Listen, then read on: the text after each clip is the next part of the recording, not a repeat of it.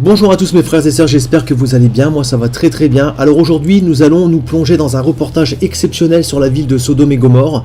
Vous allez voir qu'il y a beaucoup de preuves, que ce soit des preuves bibliques mais aussi des preuves archéologiques qui ont été découvertes autour de ces deux grandes villes qui ont été complètement réduites par le feu et le souffle que l'Éternel, donc notre Seigneur, a fait tomber sur ces villes remplies de péchés, d'abominations à ses yeux. Vous allez voir de quel péché il s'agissait à travers donc différents versets. Et aujourd'hui, nous allons donc nous plonger dans ce reportage.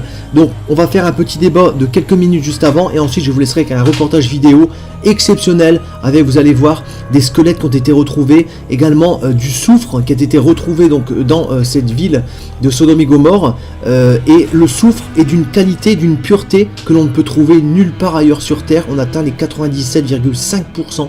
Et il est d'ailleurs de couleur blanche, vous allez le voir, alors que normalement le soufre naturel que l'on trouve partout sur la surface du globe est de couleur jaune. Donc on voit que c'est un soufre qui est vraiment tombé du ciel, divin, qu'on ne peut pas retrouver ailleurs sur la planète Terre. Donc en tout cas, vous allez voir, ce reportage est vraiment intéressant parce qu'on voit également différentes... la terre a été brûlée, on voit vraiment des brûlures qui sont tombées du ciel. Donc je vous en dis pas plus, je vous laisse regarder ce reportage. On va tout de suite aller partir rapidement dans un paragraphe pour vous expliquer qu'est-ce qui s'est passé à Sodome et Gomorrhe. Donc dans la Genèse du chapitre 19 au verset 1 à 29. Vous allez voir que ce passage nous explique qu'est-ce que Dieu a fait à Sodome et Gomorrhe et pourquoi. Alors c'était une ville remplie de péchés, remplie d'abominations. Il y avait donc de l'homosexualité, il y avait du viol, de la perversité, des orgies, de la beuverie, de la fornication. C'était vraiment des gens qui vivaient dans un désordre sexuel mais immense, et ils ne discutaient pas. Quand ils voulaient quelqu'un, ils défonçaient la porte de la maison, ils rentraient, ils prenaient la personne et ils faisaient ce qu'ils avaient à faire avec lui, sans même lui demander son consentement. Et les gens hurlaient, les gens criaient, les gens avaient peur. Donc il y avait beaucoup de cris, voilà, qui sont montés à l'Éternel. Donc l'Éternel a envoyé deux anges qui sont venus parler à Lot pour lui dire de s'enfuir avec sa famille. Et ensuite l'Éternel a fait tomber donc une pluie de soufre et de feu sur cette ville pour directement les décimer et détruire tous ces gens qui étaient vraiment extrêmement corrompus. Donc on va le voir tout de suite, regardez, donc je vais vous laisser le lire par vous-même pour bien comprendre, et on va lire quelques passages, simplement quelques versets. Donc là on voit donc dans ce verset là qu'il y a deux anges qui sont apparus à Lot, qui sont arrivés donc, et Lot leur a proposé de dormir chez eux. On voit que tout simplement les deux anges sont rentrés dans la maison de Lot et ils ont été aperçus par des habitants de cette ville. Ces habitants se sont tout de suite amassés autour de la maison et ont demandé à Lot de faire sortir les deux hommes pour qu'ils puissent coucher avec eux. On le voit donc là au chapitre 5, ils appelèrent Lot et lui dirent « Où sont les hommes qui sont entrés chez toi cette nuit? Fais-les sortir vers nous, que nous couchions avec eux. » Donc là, il ne demande même pas l'avis des deux personnes qui sont rentrées, donc il ne savait pas que c'était des anges, bien sûr, mais il leur dit clairement fais-les sortir, on veut coucher avec eux. Quoi. On est vraiment dans... On ne pose pas la question, la perversité, voilà, tu les fais sortir, on couche avec eux, il n'y a pas de discussion possible. On voit donc dans le chapitre 7 que Lot propose même ces deux filles. Donc regardez, on voit même au chapitre 8, pardon. J'ai ici deux filles qui sont vierges. Je vous les amènerai dehors et vous ferez ce qu'il vous plaira. Seulement ne faites rien à ces hommes puisqu'ils sont venus s'abriter sous mon toit. Lot, sachant que c'était des anges, il a voulu essayer de calmer les tensions en proposant même par amour pour le Seigneur et pour les anges ces deux filles vierges. Les habitants ont refusé, lui ont dit directement au chapitre 9, pousse-toi, voilà, tu n'as rien à dire, tu es un étranger qui est venu séjourner chez nous. Ça c'est ce que les habitants de Sodome et Gomorrhe ont dit donc à Lot. Et donc tu ne peux pas juger, c'est nous qui décidons. Donc ils ont poussé violemment Lot, ils sont entrés dans la maison et ils ont défoncé la porte. Vous imaginez l'état de perversité dans lequel c'était. Et là, qu'est-ce qui s'est passé? Les deux anges donc ont aveuglé tous les gens qui étaient en extérieur. Ils ont maîtrisé bien sûr les deux hommes qui sont rentrés dans la maison.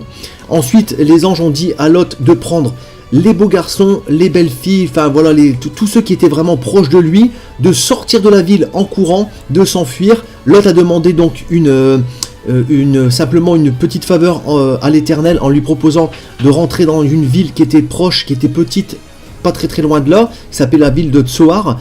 Ils sont donc réfugiés, l'Éternel a accepté, se sont réfugiés dans cette ville-là. Et ensuite, qu'est-ce qui s'est passé? On le voit donc au chapitre 23, le soleil se leva sur la ville, sur la terre lorsque Lot entra dans Tsoar. Alors l'Éternel fit pleuvoir du soufre et du feu sur Sodome et Gomorrhe, Cela venait du ciel de la part de l'Éternel. Il détruisit ces villes, toute la plaine, tous les habitants des villes et les plantes du sol. Donc vous imaginez, mes frères et sœurs, que là, on est vraiment sur une destruction totale. C'est tombé vraiment sur toute la plaine, pas que sur les deux villes. C'est vraiment tombé sur tous les alentours. Donc voilà, une bonne partie du désert, vous allez voir à l'heure d'aujourd'hui. Et on était donc situé dans un endroit qui est proche de la mer Rouge. Donc maintenant, je vais pas parler plus longtemps. Je vais vous laisser regarder ce reportage que je vais vous commenter. Et vous allez voir par vous-même, de vos yeux, la véracité de la parole de Dieu qui est la Bible. Et vous allez voir que vraiment, c'est vraiment surprenant de trouver des boules de soufre qui sont venues du ciel de la part de l'Éternel. Bon visionnage, et je vous dis à tout de suite. On se retrouve donc sur le site de Tal El Hammam, au nord d'Israël, pas très loin de Jérusalem. Donc avec la Genèse chapitre 13 verset 10, Lot leva les yeux et vit toute la plaine du Jourdain qui était entièrement arrosée. Avant que l'Éternel eût détruit Sodome et Gomorrhe, c'était jusqu'à Tsoar, comme un jardin de l'Éternel, comme le pays d'Égypte. Nous voyons à l'heure d'aujourd'hui que ce site n'est plus que désolation, n'est plus que désert.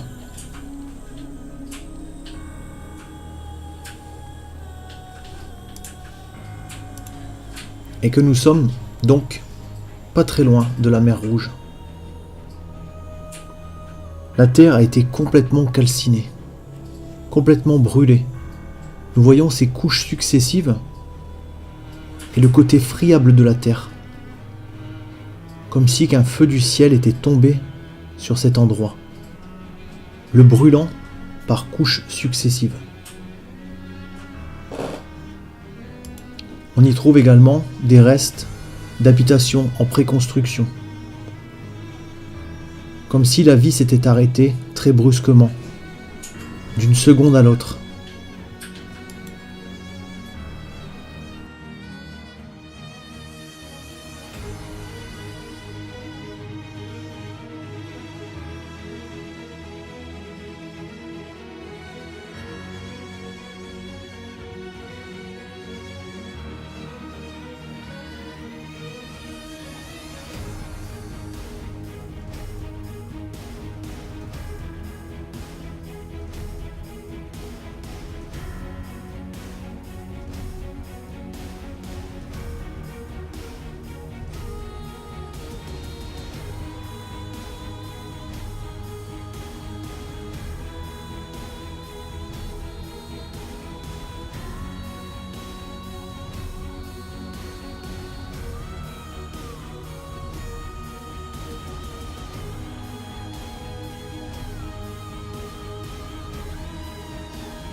Tout est friable, partout, sur toute la plaine, sur des kilomètres à la ronde.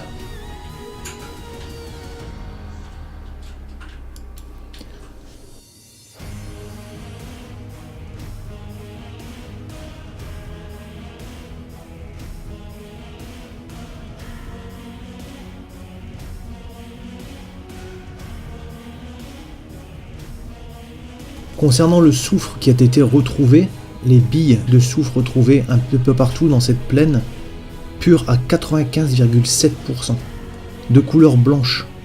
Rien de comparable avec le soufre que nous trouvons actuellement partout dans le monde, notamment auprès des volcans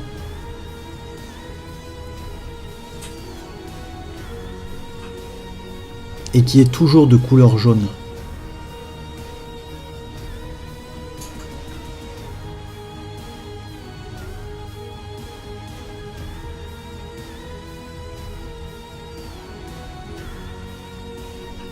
La justice de Dieu est tombée sur Sodome et Gomorrhe. Ça y est, finalement, je tombe enfin sur une boule de soufre.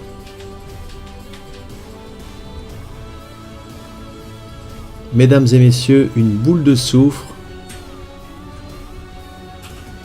sur les anciens sites de Sodome et Gomorrhe.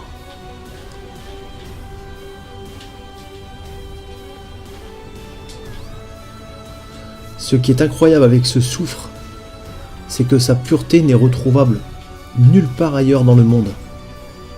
95,7% de pureté. Et c'est ce même soufre qui a détruit, qui a embrasé ces deux villes remplies d'abominations et de péchés.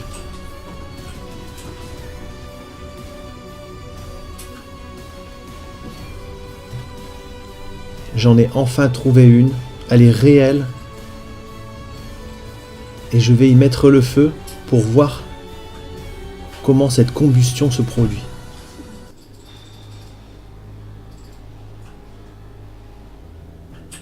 Voyons ce qui se passe.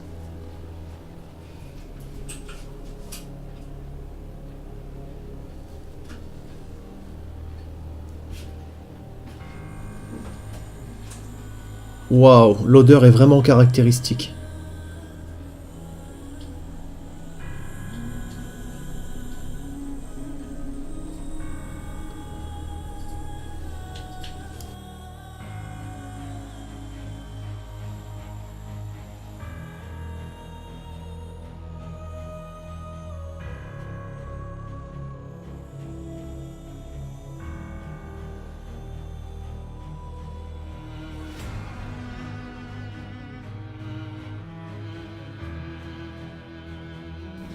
Ce qui est stupéfiant avec ce soufre, c'est qu'il ne brûle pas vers l'intérieur, mais vers l'extérieur.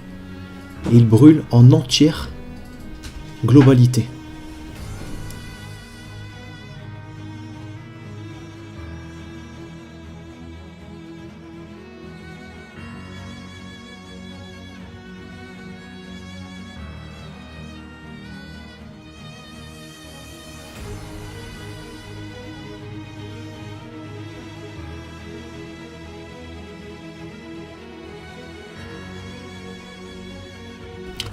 Les habitants de Sodome et Gomorrhe ont payé leur prix. Car le jugement est sans miséricorde pour qui n'a pas fait miséricorde. La miséricorde triomphe du jugement.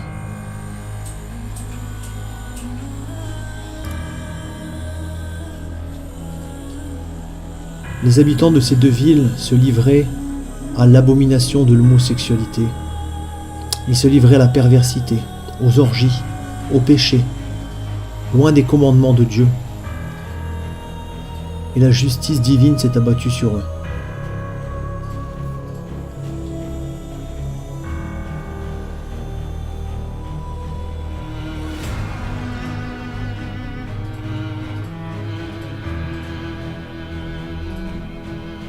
Je pense que ces découvertes ont une importance capitale dans le cours de l'humanité. Et que les gens devraient se rendre compte que tout ce qui est écrit dans la Bible n'est pas qu'une simple hypothèse, ne sont pas des fables, mais sont réellement des éléments du passé qui se sont déroulés.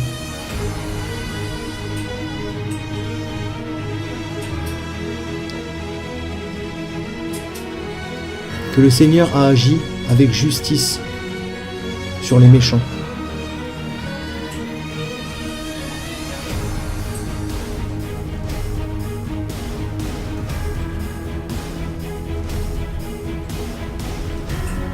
Acte 26, chapitre 18, afin que tu leur ouvres les yeux pour qu'ils passent des ténèbres à la lumière et de la puissance de Satan à Dieu, pour qu'ils reçoivent par la foi en moi le pardon des péchés et l'héritage avec les sanctifiés.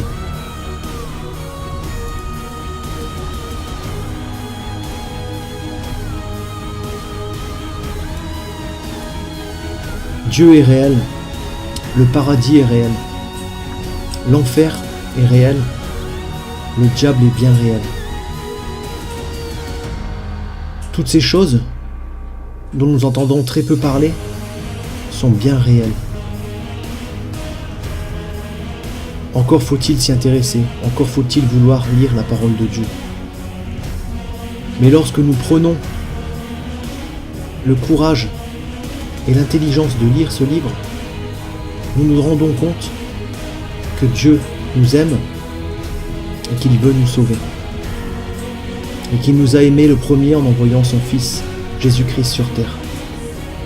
Jésus-Christ étant bien sûr le seul chemin qui nous réconcilie avec le Père, nous les hommes pécheurs. Les preuves archéologiques aussi ont parlé. Ces deux squelettes d'hommes entrelacés, morts de façon très brutale, ont eux aussi été retrouvés dans les vestiges de ces deux villes du passé. Dans les vestiges de ces deux villes du passé.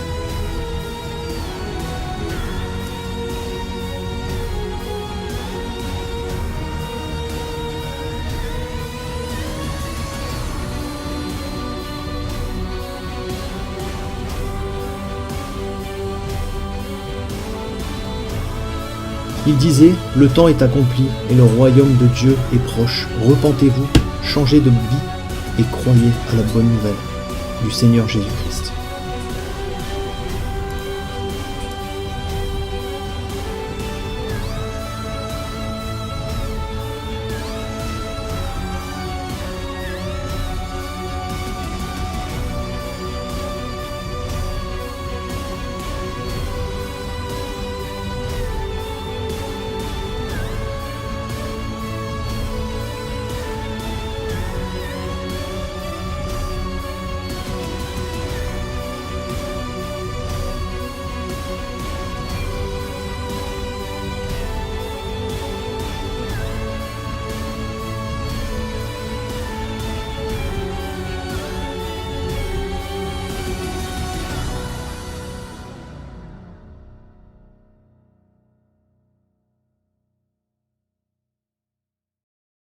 Tout pouvoir m'a été donné dans le ciel et sur la terre.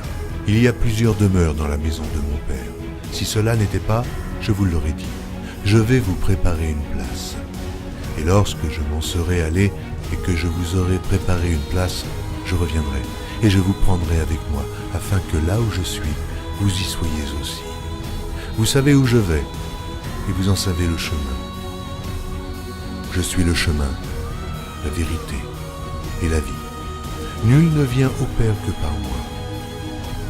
Abraham, votre père, a tressailli de joie de ce qu'il verrait mon jour. Il l'a vu et il s'est réjoui. Si vous me connaissiez, vous connaîtriez aussi mon Père. Et dès maintenant vous le connaissez et vous l'avez vu. Et je vous le dis, avant qu'Abraham fût, je suis. Il y a si longtemps que je suis avec vous. Celui qui m'a vu a vu le Père. Les paroles que je vous dis, je ne les dis pas de moi-même, et le Père qui demeure en moi, c'est lui qui fait les œuvres. Croyez-moi, je suis dans le Père, et le Père est en moi. Cette bonne nouvelle du royaume sera prêchée dans le monde entier, pour servir de témoignage à toutes les nations. Celui qui croira et qui sera baptisé sera sauvé, mais celui qui ne croira pas sera condamné. Je m'étonne que vous vous détourniez si promptement de celui qui vous a appelé par la grâce de Christ pour passer à un autre évangile. Aucun mensonge ne vient de la vérité. Sinon celui qui nie que Jésus est le Christ, celui-là est l'antéchrist, qui nie le Père et le Fils. Quiconque nie le Fils n'a point non plus le Père. Quand un ange du ciel annoncerait un autre évangile que celui que nous vous avons prêché, qu'il soit anathème. Moi, Jésus, j'ai envoyé mon ange pour vous attester ces choses. Je le déclare à quiconque entend les paroles de la prophétie de ce livre. Si quelqu'un y ajoute quelque chose, Dieu le frappera des fléaux décrits dans ce livre. Et si quelqu'un retranche quelque chose des paroles du livre de cette prophétie, Dieu retranchera sa part de l'arbre de la vie et de la ville sainte décrits dans ce livre. Ces paroles sont certaines et véritables. Et le Seigneur, le Dieu des esprits des prophètes, a envoyé son ange pour montrer à ses serviteurs les choses qui doivent arriver bientôt. Et voici, je viens bientôt. Heureux celui qui garde les paroles de la prophétie de ce livre.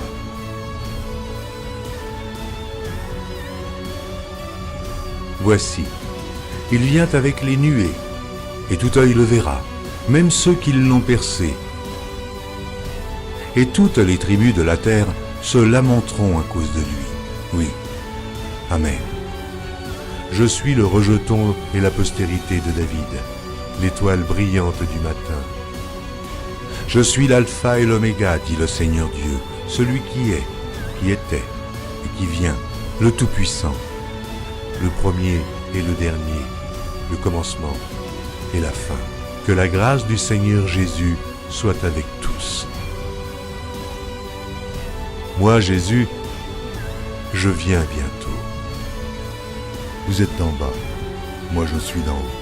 C'est pourquoi je vous ai dit que vous mourrez dans vos péchés. Car si vous ne croyez pas ce que je suis, vous mourrez dans vos péchés.